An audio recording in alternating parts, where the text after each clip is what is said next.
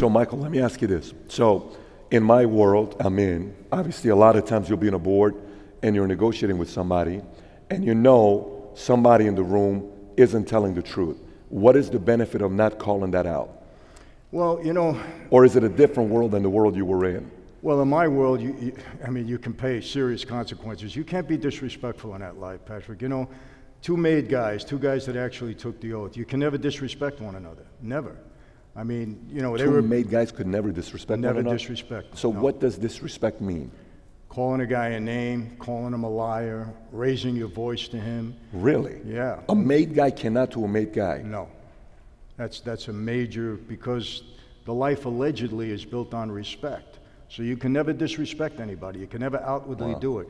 Like, I'll be honest with you, I had a meeting with another made guy once, and he's trying to get involved in the gas business, and I'm trying to keep him out. He was a guy from my own family, but he was trying to make a deal with Gotti to bring them into the business, and I didn't want him.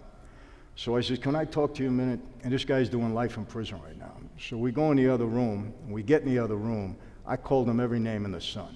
You're a liar, you're this, you're that. When we walk out, we're shaking hands, you're the best guy in the world. But I wouldn't let anybody see it, because now if he told anybody I called him that, I call him a liar. So they had to believe me, you know what I mean? The same way they had to believe him. So he would never try to challenge that. But no, in that life, you can never be disrespectful to one another, no matter what it is. You had to just bite your tongue and try to outsmart the guy.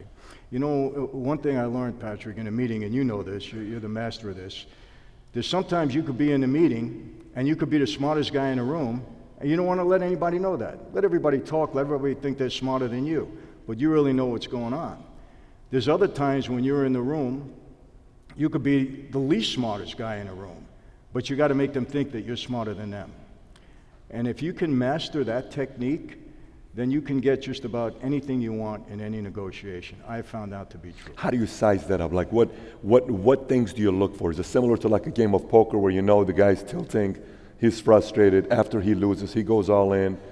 Are you looking for signs to kind of read everybody, or have you done your due diligence before meeting? How does that take place? When I'm able to, I do my due diligence. I want to know the personality, the character of the people I'm in with. But there's times when I'll test somebody, I'll throw out a word or two that I know is false, and I'll see how he responds.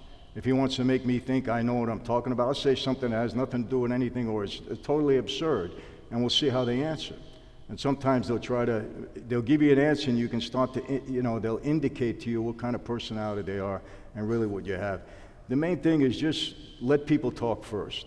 Try to get as much out of them as you possibly can, and then you can kind of figure it out. Like with Gotti, a couple of times I had to sit down with him. I knew that he could never believe that I was winning. So in the midst of the argument, I had to figure out what he really wanted and how I can get what I want, letting him think that he got what he wanted. I mean, I don't know if I'm explaining that right, but you know, it's all about how you carry yourself.